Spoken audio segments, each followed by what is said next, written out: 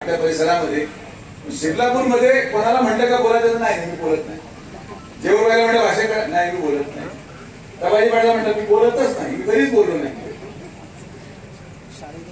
आणि न बोलून देखील वर्षानुवर्ष आपलं कार्य निस्वार्थ भावनेने करत सातत्याने माननीय आमदार राधाकृष्ण विखे पाटील साहेबांना मताधिक्य देणारे गाव म्हणजे शिबलापूर. आणि वर्षानुवर्ष याचा लीड वाढत चालला. यावेळेस 600 मताचा मताधिक्य शिबलापूर गावाने दिलं. गाव कसं संवेदनशील आणि या गावाच्या रचनेप्रमाणे अनेक असे गाव आहेत जिथं मताधिक्य सगळ्यात जास्त आपल्याला, पण ग्रामपंचायत आपल्या ताब्यात नाही. शिबलापूर, आश्वी बुद्रुक, उमरी बाळापूर म्हणजे कुठेतरी पाण्यामध्ये प्रॉब्लेम आहे का काय? जेवढी आता सगळी तडजोड करून सगळं होऊन सेटिंग करून तबाची पडे पुढे शिबलापूर तुम्ही शिकावा निघालो आपण. गाव सगळं चांगलं, पण नेमकी काय ग्रामपंचायतच्या निवडणुकीमध्ये होतं हे मला कधी कळालंच नाही. आणि म्हणून आता या गोष्टी आपल्याला कालांतराने सुधाराव्या लागणार आहे. कारण की ग्रामपंचायत नसल्याने आम्ही जरी किती मानस ठेवला विकास करायचा तरी सुद्धा निधी टाकायला प्रचंड अडचणी. निधी टाकला अगोदर फक्त गावाची मागणी मी तर जेव्हा राजकारणाला सुरुवात केली ना तेव्हा मागणी विकास कामाची होती. एक गाव मिळून एक सभा मंडप मागितलं जायचं. आता आजचा काळ असा आहे की पहिलं सभा मंडप प्रत्येक वस्तीवर मागणी आली आणि आता सभा मंडपापुरतं थांबत नाही. त्याचं ठेकेदारीचं काम सुद्धा मलाच मिळालं पाहिजे या स्थितीत आपण आलेलो आहोत. अजून 5 वर्षांनी ठेकेदारीचे भांडण आहे माझ्याकडूनच विटा घेतला पाहिजे, पाणी मीच वाहणार, टँकर माझाच लावा, या स्थितीत आपल्याला भविष्य कालावधीमध्ये यावं लागणार. तरी सुद्धा आपण सगळ्यांना पूर्ण उरू आणि सगळ्यांच्या इच्छा पूर्ण करण्यामध्ये यशस्वी होऊ हे मी तुम्हाला मुद्दाम या ठिकाणी सांगतो. कारण की असं कुठलंही काम नाही जे लोक म्हणते होऊ शकत नाही. उमरी बाळापूर लोक म्हणते काही झाली तरी महाराजाचा पुतळा येणार नाही. पुतळाही आला, पुतळाही बसला आणि महाराजांच्या कृतीला शोभेल असा भव्य अश्वर पुतळा उमरी बाळापूरचं गाव ते कधी एकत्र होत नव्हतं असं एकत्र करून आपण महाराजांचं स्वागत त्या ठिकाणी केलं. शिबलापूर मध्ये देखील निवडण्याचं पाणी आहे ना, 40 वर्ष या पाण्यावर राजकारण झालं. काही लोक म्हणतात 50 वर्ष झाली. लोक म्हणते पाणीच येणार नाही. आज या जलपूजनाच्या कार्यक्रमाला येत असताना विधानसभा होऊन 6 महिने झाले मी कुठल्याही गावामध्ये सत्कार घ्यायला गेलो नाही. कारण की मी एक गोष्टीचा निश्चय केला होता की जोपर्यंत निवडण्याचं पाणी जे काही मागच्या कालावधीमध्ये काही गावं वंचित राहिले होते ते सगळे गावं पूर्ण केल्यानंतरच आपण गावामध्ये सत्कार घ्यायला जाणार. आणि म्हणून शिबलापूरचा आज जरी मागच्या वेळेस पाणी आलं होतं, बरं शिबलापूरमध्ये पाणी आणणं म्हणजे सोपं नाही. पाणी हे पाणोडीनं आणावं लागतं आणि पाणोडीमध्ये आपले अनेक मित्र असल्या कारणाने पाईपाचे भांडण, 2 कारखान्यांमध्ये पाईपाची स्पर्धा, शिबलापूर मध्ये पाणी कसं येणार नाही यासाठी अनेक लोकांनी प्रयत्न केले. आणि मला नेहमी हा प्रश्न पडतो, मी गावामध्ये येत असताना आपल्या शेजारच्या कारखान्याच्या नवनिर्वाचित चेअरमन आणि व्हाईस चेअरमनचे बोर्ड मला पाहायला मिळाले. काय हरकत नाही, शेवटी बोर्ड लावले गेले पाहिजेत. पण बोर्ड लावताना माझा असा प्रश्न त्यांना आहे की मग शिबलापूर गावाला निवडण्याचं पाणी मिळण्यासाठी जर पाईप दिले असते तर बोर्ड लावण्यात अधिक आनंद आम्हाला वाटला असता. पण बोर्ड लावणे आणि मला बोर्ड पाहून फार आनंद यासाठी झाला ना की त्याच्यामध्ये पांडू शेठचा पण फोटो आहे. आता जे ज्या लोकांना पांडू शेठचा इतिहास माहित नाही त्यांना मी इतिहासामध्ये मागे नेतो. जेव्हा धांदरपडची सभा होती अनेक लोक इथले त्या सभेला होते आणि मी भाषणामध्ये एवढंच बोललो. आता मलाही माहित नव्हतं तशी माझी काही त्यांची ओळख नाही, पण मला उच्च पाटलांनी चिठ्ठी दिली म्हणजे एवढं वाक्य बोला. मग मी म्हणतो बाबा एक कोण नाव आहे काय माहिती घेतली तर ते म्हणजे ते व्यक्तिमत्व कारखान्याच्या निवडणुकीमध्ये तत्कालीन आमदारांपेक्षा जास्त मतदान घेऊन ते संचालक झाले होते, पण ते पूर्णपणे बाजूला करण्यात आले. मी भाषणामध्ये फक्त पांडुशेठचं नाव घेतलं आणि आज ते कारखान्याचे व्हाईस चेअरमन झाले. आणि म्हणून मी तिकडच्या कार्यकर्त्यांना सांगितलं की तुम्हाला जर पद पाहिजे असेल तर तुमचं नाव मला चिठ्ठीत लिहून द्या. एखाद्या भाषणामध्ये तुमचं नाव घेतल्यानंतर कदाचित तुम्हाला पद मिळू शकेल, कारण की तिकडची प्रथा वेगळी, तिकडची न्याय देण्याची पूर्ण प्रणाली वेगळी होती. पण आज आपल्याला त्यावर बोलायचं नाही. पण हे वारंवार ते षडयंत्र केलं जातं शिरलापूरला पाणी न पोहोचून देण्याचं. हे आज कुठेतरी मोडत काढत पाटबंधारे विभाग, आपले सर्व ऑफिसचे कर्मचारी या सगळ्यांनी मिळून हे पाणी इथपर्यंतच नाही पण यापुढे अश्विनपूरला देखील या पाण्याचा आपल्याला लाभ देण्याचं काम आपल्या सगळ्या यंत्रणेच्या माध्यमातून झालं. आणि म्हणून जे जे लोक याच्यामध्ये सहभागी होते, जे युवक शिरलापूर गावातील रात्रंदिवस हे पाणी आणण्यासाठी ज्यांनी मेहनत केली, पाटबंधाऱ्याचे अधिकारी ज्यांनी रात्रंदिवस या पाण्यासाठी मेहनत केली, आमच्या ऑफिसचे लोक ज्यांनी या पाण्यासाठी मेहनत केली, त्या सगळ्यांसाठी एकदा जोरदार टाळ्या आपल्याला वाजवायच्या. हे एका रात्री खूप सगळं शक्य नाही.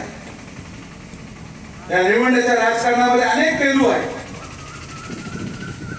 अनेक वेळेस त्याचं भूमिपूजन झालं. हे पहिलं धरण आहे ज्याला एकाच मुख्यमंत्र्यांनी, एकाच व्यक्तीने तीनदा मुख्यमंत्री पद असताना तीनदा इथं भूमिपूजन केलं. हे काय सोपं सापे धरण नाही. आरोप प्रत्यारोप वर्षानुवर्ष या धरणाच्या आणि पाण्याच्या राजकारणावर झाले, पण योग्य तो न्याय परमेश्वराने आपल्याला दिला की धरणाचं पाणी कालव्यामध्ये सोडण्याचा न्याय आणि मान हा परमेश्वरांनी पालकमंत्री माननीय नामदार राधाकृष्ण विखे पाटील साहेबांना दिला. आणि एवढंच नाही, नुसतं आपण पाणी सोडण्याचा मान घेतला नाही, पण आता पाणी सोडून प्रत्येक वाडी वस्तीवर ते पाणी कसं पोहोचेल याचा मान देखील परमेश्वराच्या माध्यमातून जलसंपदा विभाग मंत्री करून या मतदारसंघाच्या गोरगरीब जनतेच्या आशीर्वादाने मी तुम्हाला शब्द देतो की पुढच्या 2 वर्षामध्ये या निवडणुकीच्या लाभ क्षेत्रातल्या प्रत्येक गावामध्ये, प्रत्येक कानाकोपऱ्यामध्ये एकही भाग हा चिरायत राहणार नाही. हा शब्द विजय विखे पाटील तुम्हाला या ठिकाणी देणार. हे आपलं काम आहे. कामाच्या आधारावर राजकारण करत कुठल्याही प्रकारे द्वेष भावना न ठेवता, कुठल्याही प्रकारे आकाश न बाळगता आपण प्रत्येक भागामध्ये आज रस्ते, वीज, सोलर हायमास्ट, पेविंग ब्लॉक आणि असं एकही काम नाही जे सार्वजनिक असेल आणि कार्यकर्त्यांनी मागणी केली त्यांना मिळालं नाही. डीपी मागणीची डीपी लगेच मिळतात. आज राष्ट्रसंत भगवान बाबाच्या मंदिराचं दर्शन घेण्याचं योग आलं, तिथं सभामंडप मागितलं, 6 महिन्यामध्ये सभामंडप बांधून पूर्ण करू भाषण देतो. कामामध्ये आपला हात कोणी बघू शकत नाही. ठीक आहे, अपवाद होता लोकसभेमध्ये, तो काळ वेगळा होता. त्या काळामध्ये कदाचित त्या लाटेमध्ये आपण टिकू शकलो नाही, पण काम कधी मरत नाही, चांगली कृती कधी मरत नाही. याचं सगळ्यात मोठं जिवंत उदाहरण की गणेशच्या पराभवानंतर, लोकसभेच्या पराभवानंतर जेव्हा लोकांना असं वाटायला लागलं की ही विधानसभा देखील जाणार, तो काळ होता की जेव्हा ज्या ज्या माणसाच्या जीवनामध्ये कधी ना कधीतरी विखे पाटील परिवाराने स्पर्श केला असेल, मग तो कैलासवासी बाळासाहेब विखे पाटील असतील, नामदार राधाकृष्ण विखे पाटील साहेब असतील, माझ्या बरोबर राजकारणामध्ये आलेले माझे युवक मुलं असतील, या सगळ्यांनी इतके अनंत उपकार आमच्यावर केले. मी जेव्हा पराभव झाल्यानंतर परत मतदारसंघामध्ये आलो तर या मुलांनी आणि याच कार्यकर्त्यांनी मला हे सांगितलं की तुम्ही पराभूत नाही, आम्ही तुमच्या पाठीमागे उभे आहोत आणि त्याचं बळ मला मिळालं आणि म्हणून आपण हा गड जिंकू शकतो. हा फक्त इतिहास नाही. माझं काही तिकडे कारण नव्हतं जायचं, माझा काही राग नाही, द्वेष नाही, मला काय त्याबद्दल पुढे जाऊन काय वेगळी टिप्पणी करायची नव्हती. पण यावेळेस जे राजकारणामध्ये भाषणाची पातळी खाली होती, काय काय भाषण होत होती, कोणी व्यक्तिगत टीका करत होतं, विकासावर भाषण नाही. एवढं असून देखील कारखान्याच्या निवडणुकीमध्ये जे सिद्धांत कैलासवासी बाळासाहेब विखे पाटलांनी अधोरेखित केलेले आहेत की सहकारामध्ये जर राजकारण आलं तर सहकार संपेल आणि सहकार संपल्यानंतर शेतकरी संपेल, त्या भावनेचा आदर करत आम्ही दोन्हीही नेत्यांनी, आम्ही स्पष्ट सांगतो, आम्ही दोन्हीही नेत्यांनी हा निर्णय घेतला की आपला किती जरी वाद असला तर या वादामध्ये सहकार संपता कारण नाही आणि आपण ती भूमिका मनाचा मोठेपणा दाखवला, दोन्ही लोकांनी दाखवला आणि सहकाराच्या निवडणुका आपण आपल्या आपल्या पद्धतीने लढवल्या. त्यांचाही बिनविरोध झालं, तिकडचे बिनविरोध झालं, इकडेही एक माजी व्यक्ती चेअरमन झाला, तिकडेही एक माजी व्यक्ती चेअरमन झाला आणि आता हिशोबावर एकदम गाडी उडावर चालू आहे.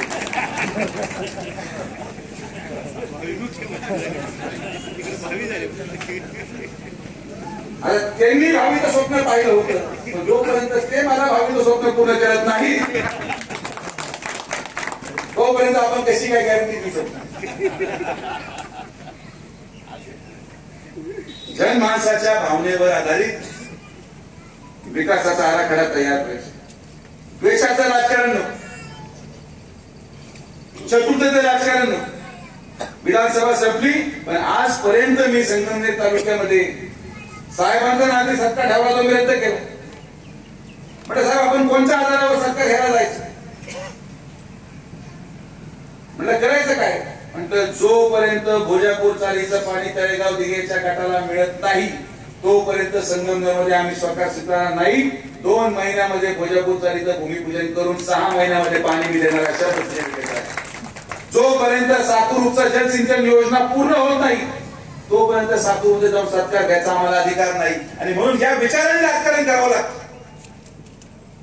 प्रत्येक वेळेस आश्वासनाने पोट भागत नाही. आश्वासन देऊन राजकारण केलं तर त्याचे परिणाम घातक असतात आणि म्हणून विधानसभा संपल्या आपण लगेच कामाला लागलो. गेले 6 महिन्यामध्ये जरी साहेबांना मंत्रिपद मिळालं असेल तरी सुद्धा प्रत्येक गावामध्ये जाऊन गावाच्या मिटिंगा घेऊन आपण अशा काही गोष्टी करू शकतो. दाळ बुद्रुक मध्ये 4 वर्षापासून किंबहुना माझ्यामध्ये 10 वर्षापासून आझाद मैदान बाबाची यात्रा बंद होती, ती आपण करून दाखवली. उमरी बाळापूरला पुतळा बसवला. कोराळे गावामध्ये विधानसभेला आपण शब्द दिला होता की तुम्हाला विधानसभा झाल्या निवडण्याचं पाणी आणणार. विरोधकांनी हास्य केलं. विरोधक म्हणते की तळेगावच्या त्या ठिकाणी लोहारेपासून ते पाणी जातं. तुम्हाला विश्वास बसणार नाही की निवडण्याची कोपरगाव ब्रांच फाटक आणि कोराळ्याचं तलाव, फाटक ते तलावाची उंची 150 फूट, 150 फूट उंचीचं मेजरमेंट होतं. 11.5 किलोमीटर लांब पाणी चालेल नाही तो. 4 महिने रात्रंदिवस बसून काम केलं आणि काल मी त्या भागाचं जलपूजन केलं आणि जलपूजनचा परिणाम पहा की मला काल सत्काराला 2 असे ज्येष्ठ लोक आले डोराळे गावामध्ये, कोराळ्यामध्ये. त्यांनी मला प्रश्न विचारला की तुम्ही आम्हाला ओळखलं का? म्हणलं नाही बा. म्हणजे आम्ही तुमच्या समोर 14 वर्ष भूत लावणारे लोक आणि आता मरोपर्यंत तुमचं भूत लावणार हे सांगण्यासाठी आम्ही मंडपात विचारामध्ये कामाच्या माध्यमातून मतपरिवर्तन झालं. म्हणजे 14 वर्ष जुने विरोधकांचा सत्कार घेण्यासाठी 100 कोटी रुपये खर्च केला म्हणून ते पाणी आणि याचा इतका मान सन्मान कुठलाच नाही. तुम्हाला सांगतो आपले कार्यकर्ते आपल्याला प्रेम करतात पण जेव्हा ज्येष्ठ नागरिक त्यांनी विरोध करून आज म्हणतात की तुम्ही आमच्या गावाला पाणी दिल्यामुळं आम्ही आता आमचा विरोध संपवतो, ही भावना कामाच्या माध्यमातून निर्माण केल्यानंतर काल मला इतका आनंद झाला की मी विसरू शकणार नाही. ते क्षण जीवनामध्ये माझ्या मरूपर्यंत माझ्या मनात राहते की मी साहेबांच्या माध्यमातून असं काम केलं की विरोधकांना आपल्याला न बोलवता सुद्धा विरोधक मंडपामध्ये येऊन सत्कार करून गेले. हेच कार्य या पुढे चालू राहिलं पाहिजे. आपण तरी थांबलो नाही. 90,000 मताधिक्य झालं, आपण 70,000वर आलो. आता 70,000 परत 90,000वर घेऊन जाण्यासाठी आपल्याला जे काही प्रयत्न करावे लागतील ते आपण करणार आहोत. आज विधानसभेमध्ये दिलेला शब्द पशुखाद्याचं आपण फॅक्टरीचं भूमिपूजन केलं. अवघ्या 3 महिन्यामध्ये पशुखाद्य निर्मिती आपण सुरू करणार आहोत आणि त्या पशुखाद्याची निर्मिती झाल्यानंतर या आश्वी परिसरामध्ये या संगमनेर तालुक्याच्या 26 गावांमध्ये जिथं मूळ उत्पन्नाचा स्रोत हे दूध आहे अशा दूध उत्पादक शेतकऱ्यांना बाजारामध्ये मिळणाऱ्या पशुखाद्यापेक्षा दर्जेदार पशुखाद्य अर्ध्या किमतीमध्ये सुजय विखे दिल्याशिवाय राहणार नाही. असं कळलं तुम्हाला. दूध आम्हाला नाही दिलं तरी चालेल, जाऊ दे सगळं. शेजारी दूध दिल्याशिवाय कळणार नाही की आपल्या खाद्यामध्ये दम किती आहे ते पण कळणार नाही. आमचं काम सामान्य माणसाच्या कल्याणाचं आहे हे आपण नाना करून दाखवू. हे सबस्टेशन 2.5 कोटी रुपयाचं आपण बांधलं. त्या काळात आपण विचार केला, जमिनीचे वाद होते, जमीन मिळवून दिली. आज हे सबस्टेशन या निळवंडे कार्यक्षेत्रामध्ये आलेल्या नव्या पाण्याला ऊर्जा देण्याचं काम करेल. आणि मी तुम्हाला शब्द देतो की ज्या ज्या गावांमध्ये आज निळवंड्याचं पाणी आलेलं आहे त्या त्या गावांमध्ये अगोदर लोक मोकळे होते. अगोदर टिप्यांची कधीच अर्ज या गावांमधून आला नाही. मी आता खळीहून आलो, खळीला 4 टिप्या मंजूर केल्या. 3 महिन्यात 4 टिप्याची उभं करणार. पिंपरी लोकांना पुन्हा 5 टिप्या दिल्या. तुमच्या गावालाही टिप्या लागल्या तर सांगा. 3 महिन्यात उभा केल्यानंतरच माझं मागायला येईल. हे पण शब्द विकायचं आहे. आपल्याला हे बाकीचं काम नका सांग. यांनी भांडण केले, तो असा होता, हा त्यांचा कार्यकर्ता आहे, हा याच्या गाडीत होता. मला चुगलखोर लोक आवडतच नाही. जेव्हा मला एखादा माणूस येऊन सांगतो की साहेब त्या वस्तीवर गुप्त मीटिंग झाली, माझा जरा पहिला प्रश्न असतो की तू तिथं करायला काय गेला होता. एवढी गुप्त मीटिंग आणि तुला कशी कळाली? हे सगळ्या सेटलमेंट मध्ये मी अनेक वेळेस त्यांनाही सांगितलं होतं आणि यांनाही सांगितलं होतं. हे कार्यकर्ते आपल्याला कलाकार रात्री सगळे एकत्र बसतात, तुम्ही भांडू नका. पण ते कोणी ऐकत नाही आणि शेवटी परिणाम काय झाला? दोघांची विकेट पडली. काय कळलं?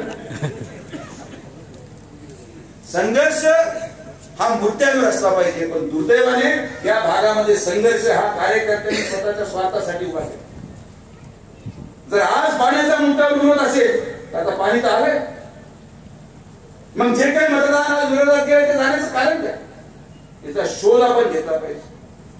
नेतृत्वाच्या आदेशावर काम केलं तोपर्यंत आपण बंद करत नाही. नेतृत्व सक्षम असेल, नेतृत्वाने खरंच गावाचा विकास केला असेल तर आदेश पाळा. पण नेतृत्वाने जर काही कामच केलं नसेल तर किती दिवस हे धुरे जायचे? तुम्ही केलेला एक योग्य निर्णय, आज तुम्ही एक योग्य बटन विधानसभेला दाबलं, तुम्ही ते बटन दाबलं म्हणून धरणाचे बटन आपल्या हातात आले.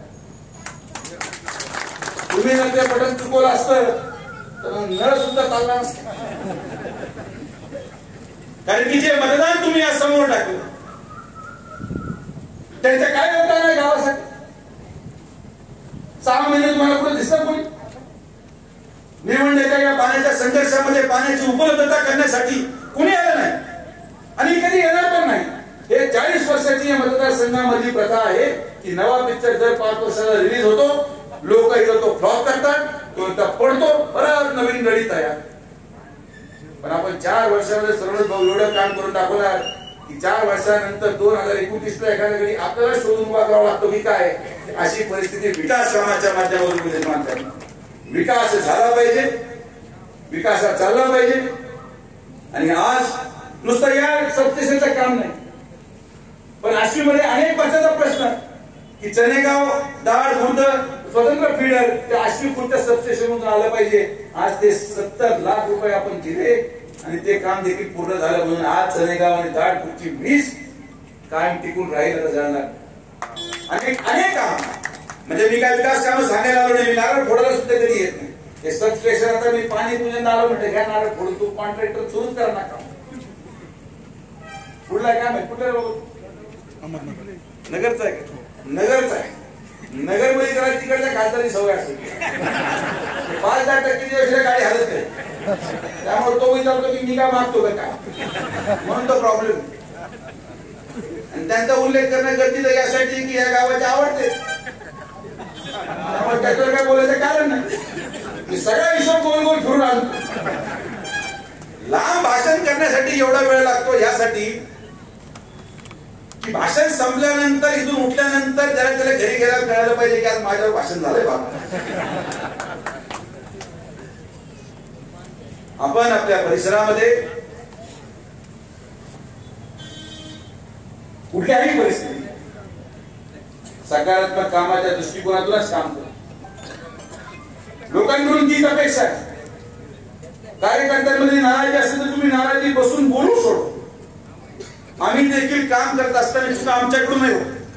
कधी एखाद्या माणसाला वेळ दिला जात नाही, कधी एखाद्या माणसाकडे लक्ष दिलं जाऊ शकत नाही, कधी एखाद्या माणसाच्या अर्जावर कारवाई झाली नसेल. रोज एवढे अर्ज थप्पीला लागतात. की त्या ठिकाणी प्रत्येक अर्जावर काम करणं हे शक्य होत नाही. आणि म्हणून आपण नाही झालं काम, तुमचा अधिकार तेवढा आमच्यावर आहे. तुम्ही तुम्हाला काम सांगितलं झालं नाही, काय करत ते सांगा. 3दा भेटा 4दा भेटा, मला चढून काढा, काम झाल्याशिवाय थांबायचं नाही.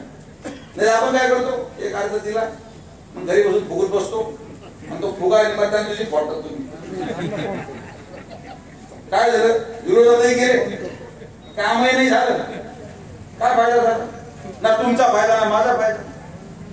जेव्हा आम्ही तुमच्याकडून मतदान घेतो, आम्ही तुम्हाला जबाबदाऱ्या देतो, तेव्हा मतदान झाल्यानंतर प्रत्येक कामाच्या वेळेस तुमचीही जबाबदारी आहे की हे काम जे काय तुमच्या मनामध्ये असेल, ते तुमचं व्यक्तिगत असेल, ते काम देखील तुम्ही आमच्याकडून करून घ्या. आज जेवढे अर्ज दिले ठीक आहे, काय अर्जावर कारवाई होईल, काय अर्जावर वेळ लागेल, परत भेटा. 6 महिन्यापूर्वी तुम्हाला अर्ज दिला होता, 6 महिन्यापूर्वी बायकोशी काय बोलू हे आठवत नाही, बरोबर ना.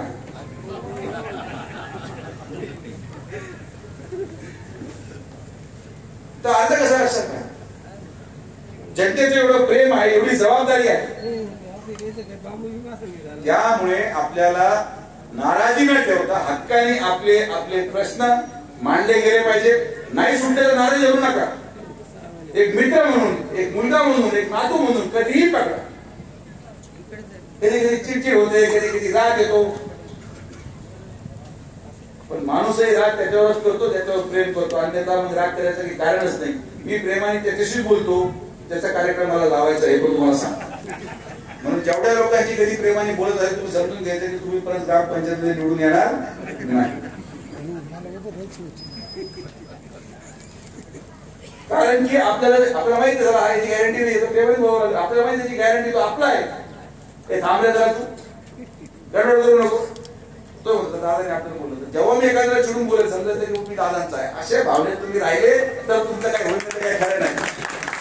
मी उलटा सांगतो, प्रेमाने जो म्हणून बसत काही वेळ जातो काय, प्रेमाने कोणा जो लागतोय जो आपला नाही. हे बाबा बस, जो माझा जास्त वेळ घेईल समजून सांगण्यामध्ये तो माझा नाही. जो एका वाक्यात समजेल की थांब तुझं करून देतो, तो केला केला. विश्वास निर्माण झाला पाहिजे नेतृत्वावर.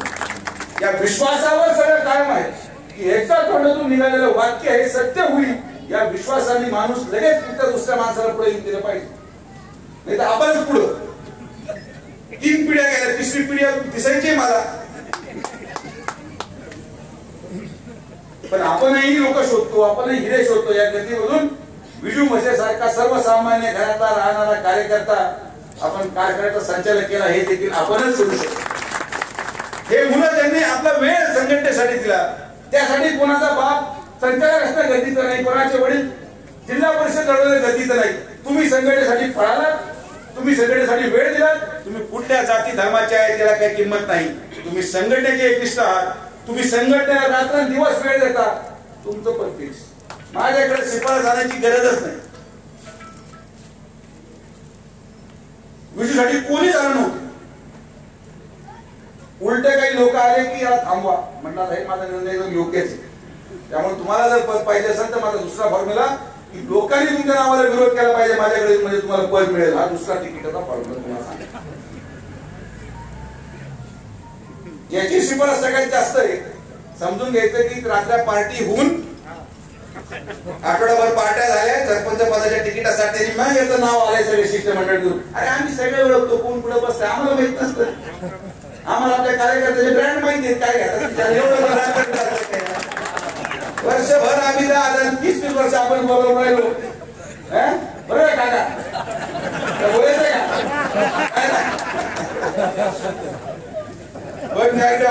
कोण व्हॅलेंटाईन सगळं आपल्याला कळतं. आपण म्हणते चालू द्या. आणि म्हणून मी ठरवलं संध्याकाळी सवाल नको, आपल्याला प्रयोगच नको पाहिजे. म्हणजे आम्ही कार्यकर्त्यांना एवढा अंतर्मनातून ओळखतो तरी सुद्धा सगळे आम्हाला एक समान आहेत, कारण की संघटनाशी बांधली जात नाही. असलं होतं काय काय का हा गेला होता फॉर्म भरायला तिकडे, त्यावेळेला म्हणून आणलंय म्हणजे उपयोग झाला फॉर्म काय ठेवली. ठीक आहे आज तुम्ही सांगितलं चाललो परत मागच्या गाडीत. असे कार्यकर्ते पाहिजे. तिकडे म्हणजे ते म्हणजे त्यांच्या बाजूला नीट सांगा तिकडे म्हणजे आपल्या तिकडे भरला त्याला फोन लावला काय करू राहिलं तो काय तुम्ही म्हणत आला ती पूर्व दिशा. मी म्हटलं लगेच मागे यायचं लगेच गाडी बसता लगेच घरी मध्ये कुठेतरी थांबला असेल तो हव्या नाही त्याला नाही त्या गोष्टीचा परवानगी पडली. दुःखातून सावरण्यासाठी परमेश्वर तुला शक्ती देऊ असं एकदा म्हटल्यानंतर तुम्ही ते दुःख कसं सावरून घेता हा पूर्ण अधिकार कार्यकर्त्याला दिलेला आहे. एक वाक्य बोललं लगेच तरी काय कारण की आपल्याला हे संगमनेर तालुक्याला दाखवून द्यायचं होतं की आम्ही द्वेषाने पेटणार नाही. आम्हाला कोणाचं अस्तित्व संपवायचं नाही. तत्वाची लढाई ही तत्वाशी झाली पाहिजे. विकास कामांची लढाई ही विकास कामांची झाली पाहिजे. आम्ही विकास करतो आम्हाला विकास करू द्या. तिकडे नवीन आमदार निवडून आलेले आहेत तो चांगलं काम करतोय त्याच्या माध्यमातून त्या भागात जो काही विकास होतो आम्ही करू जनतेपुढे परत जाऊ. एखाद्याला त्रास देण्यासाठी जेव्हा राजकारण करतो ना आपण तेव्हा त्याचा त्रास आपल्याला कोण होतो हे मला मुद्दाम सगळ्यांना सांगितलं. कोणाला त्रास देऊ नका. एखाद्या माणसाची सहनशीलता पाहू नका. एखाद्या व्यक्तीला या टोकापर्यंत आणू नका की त्याला असं वाटायला लागले की आता मला हे केल्याशिवाय पर्यायच नाही.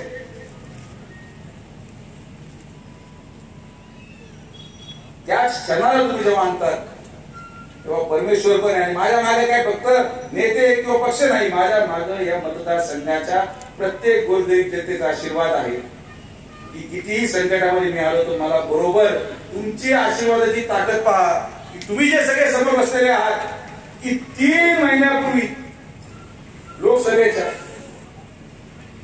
खासदार सुजय विखेला फार कमी लोक ओळखत होते पण माझी खासदार सुजय विखेला आज संपूर्ण महाराष्ट्र ओळखत आहे. सगळं तुमचा आशीर्वाद आहे. कारण की आपण करू शकतो.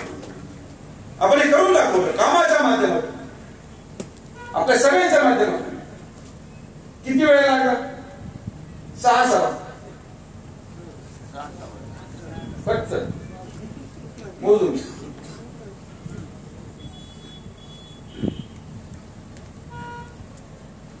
त्यामुळे मी आजही सांगतो की माझा व्यक्तिद्वेष कोणाही विषयी नाही. ज्यांनी त्यांनी आपलं काम व्यवस्थित करा. विकासाचं राजकारण करा आणि येणाऱ्या कालावधीमध्ये आज आपल्याला प्रत्येक कार्यकर्त्याला आज इथं बऱ्यापैकी 26 गावाचे लोक आहेत नेते मंडळी आले. आपल्याला पुढच्या 6 महिन्यामध्ये आदरणीय प्रधानमंत्री नरेंद्र मोदींच्या माध्यमातून प्रधानमंत्री आवास योजनेसाठी आज राज्य सरकारने घोषणा केली की वाळू आपल्याला 5 ब्रास मोफत द्यायची. यासाठी प्रत्येक कार्यकर्त्याने काम करायचे. डेपो शिबलापूरला आहे. पहिला अधिकार शिबलापूरचा आहे. पुढच्या 6 महिन्यामध्ये शिबलापूरमध्ये जेवढे प्रधानमंत्री आवास योजना मंजूर आहेत त्या प्रत्येकाच्या घरापुढे 5-5 ब्रास वाळू आपल्याला मोफत पोहोचवायची आहे. हे काम आपल्याला करायचं. काम केल्याशिवाय लोक बरोबर राहणार नाही. ज्या माणसाला ही वाटलं पाहिजे की प्रधानमंत्री आवास योजनेच्या घरकुलमध्ये हा वाटला पाहिजे. तिथे राहणाऱ्या महिलेला वाटला पाहिजे की जेव्हा सुजय विखे गावात येतो की माझा मुलगा आलाय मी त्याला पाहायला जाणार. ही भावना आपण जेव्हा त्याचं घर वापरण्या करण्यासाठी मदत करू तेव्हा ती तयार करावी लागेल. आणि जेव्हा ही भावना तयार होते तेव्हा महाराष्ट्रातून कोणीही भाषण करायला येत्या तिथे काही फरक पडत नाही. मनोरंजन ऐकायचं सोडून द्यायचं. लंबे लंबे भाषण देशाचे नेते आले देशाचे मग महाराष्ट्राचे मग आपले बाकीचे सगळे इकडे आजूबाजूचे अशा भाषण स्टाईल मध्ये फलाना ढिंकाना इकडे तर काही झालं नाही. बाकी सगळे माल उडून टाकले. आपलं घर मोकळं सोडलं काय गडबड होते तुम्ही हाला ना तिथून आपलं घर सोडायचं नाही. घराचे दरवाजे बंद आणि आपण घर सोडून बाकीच्या पैसे घराला गेलं की घरात दरोडा पडलाच समजायचा. बरोबर 7च्या आत घरातच सापडलं पाहिजे माणूस. बिबटे बाहेरचा बाहेर देऊ राहिलं पाणी आल्यामुळे त्यामुळे बाहेर फिरू नको राहतील घरात.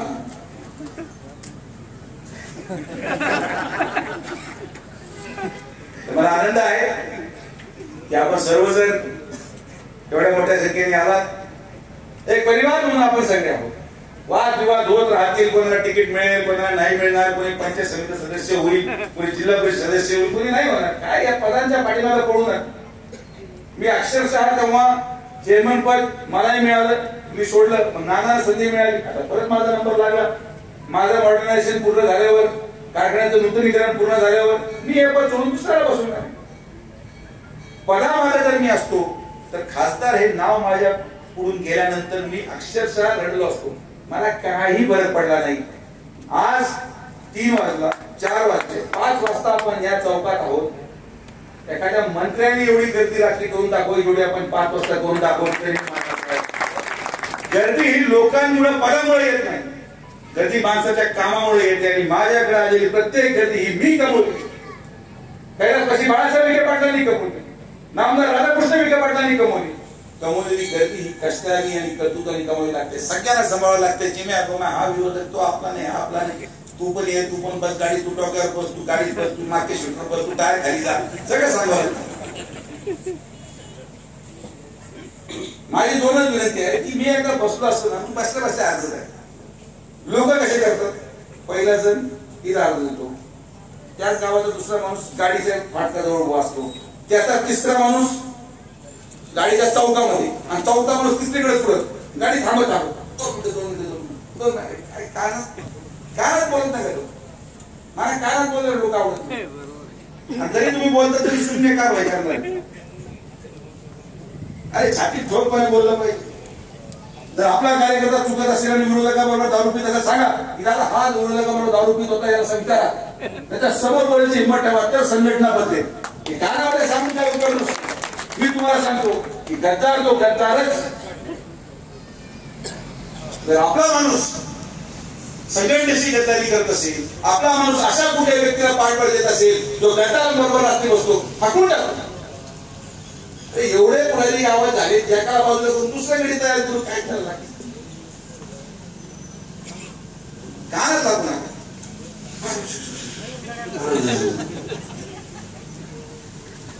म्हणजे काय नुसत तो पार पार तुका कानात पाहिजे असं ते थोडं दूर आले तर बोलता येते ना मला काही.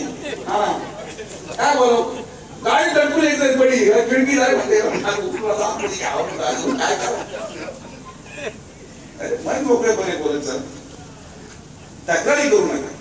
गावाचा विकासाचा प्रश्न मांडा, एखादा प्रश्न प्रलंबित असेल तो मांडा, व्यक्तिगत काही प्रश्न असेल तो मांडा. आपण सगळे प्रश्न सोडवणुकीसाठी काम करत राहणार. आज आपण सर्वजण आलात, सगळ्यांचे मनापासून आभार.